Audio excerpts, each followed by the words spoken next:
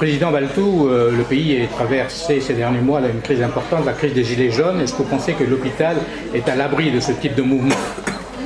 Aujourd'hui, on ne note pas de climat social inquiétant au sein des établissements, et tant mieux, parce que les Français ont besoin d'un hôpital qui tourne, et les professionnels de santé, pour l'instant, sont vraiment au boulot, à leur tâche, même si, effectivement, ils expriment, lorsqu'ils en ont la possibilité, une lassitude, une fatigue, liée aussi à des années et des années d'économie, et des années pendant lesquelles on a fait des économies sans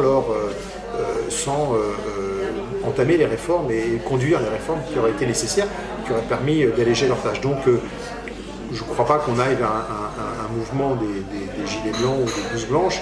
Maintenant, je ne le souhaite pas, parce que surtout que le gouvernement est prêt à apporter des réponses concrètes de réforme pour le système de santé. Si ces réponses sont à la hauteur, elles seront reçues positivement et permettront d'oxygéner un peu et d'alléger la charge qui est celle des hospitaliers.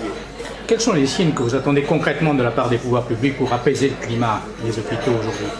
J'attends que les vrais sujets soient mis sur la table, et que le vrai sujet du meilleur financement de l'hôpital, le vrai sujet de donner de la souplesse au système et de permettre des outils de coopération entre médecine de ville et médecine hospitalière, le sujet de la responsabilité des autres professionnels de santé dans la prise en charge des Français, la médecine de premier recours, les coopérations avec le privé. Voilà, j'attends que sur tous ces sujets, sur tous ces marqueurs qui ont été souvent mis de côté ces dernières années, maintenant on agisse et on avance. Une loi santé est appelée à être débattue prochainement. Quelles sont vos attentes par rapport notamment au projet de loi qui circule aujourd'hui? Les attentes, c'est que ce soit un projet de loi qui soit cohérent, dans la cohérence du discours du président de la République, qui était un discours positif, qui était un discours ambitieux, qui était un discours qui avait envie de faire bouger les lignes.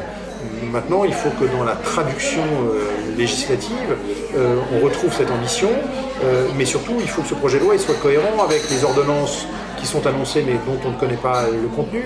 Il faut qu'il soit cohérent avec le point d'aboutissement des négociations en cours avec la médecine libérale, puisqu'on a un cycle de négociation qui a été ouvert notamment pour la création de communautés professionnelles territoriales de santé. Simplement, on ne sait pas jusqu'où va pouvoir être menée cette discussion, puisqu'elle ne fait que démarrer. Donc ce projet de loi, il doit être normalement le chapeau qui vient coiffer cet ensemble de textes et de discussions. Là, il arrive en premier. Est-ce que peut-être il aurait fallu qu'il arrive plutôt en fin de parcours, c'est-à-dire une fois la négociation menée et qu'on sache jusqu'où les libéraux sont prêts à prendre leur part de responsabilité dans l'évolution du système de santé. Une fois qu'on ait pu discuter des ordonnances, ce projet de loi, il aurait pu venir coiffer l'ensemble.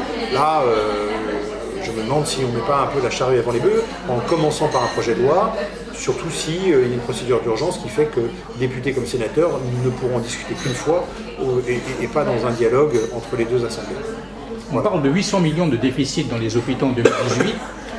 Quelle est la situation aujourd'hui financière des hôpitaux? Et vous dites souvent que l'Ondam doit être le premier sujet aujourd'hui. Quelles sont les propositions de la Fédération hospitalière de France? Alors la situation que vous l'avez décrite, c'est plus de 800 millions d'euros de déficit, et sans doute tous les ingrédients sont là pour que l'année prochaine on soit toujours au même point.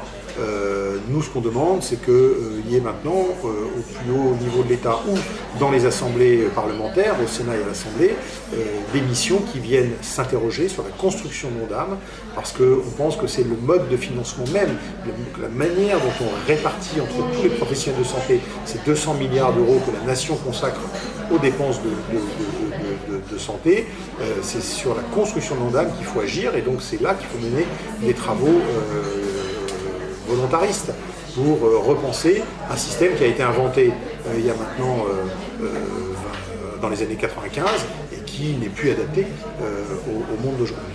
Merci, Monsieur le Président. Merci.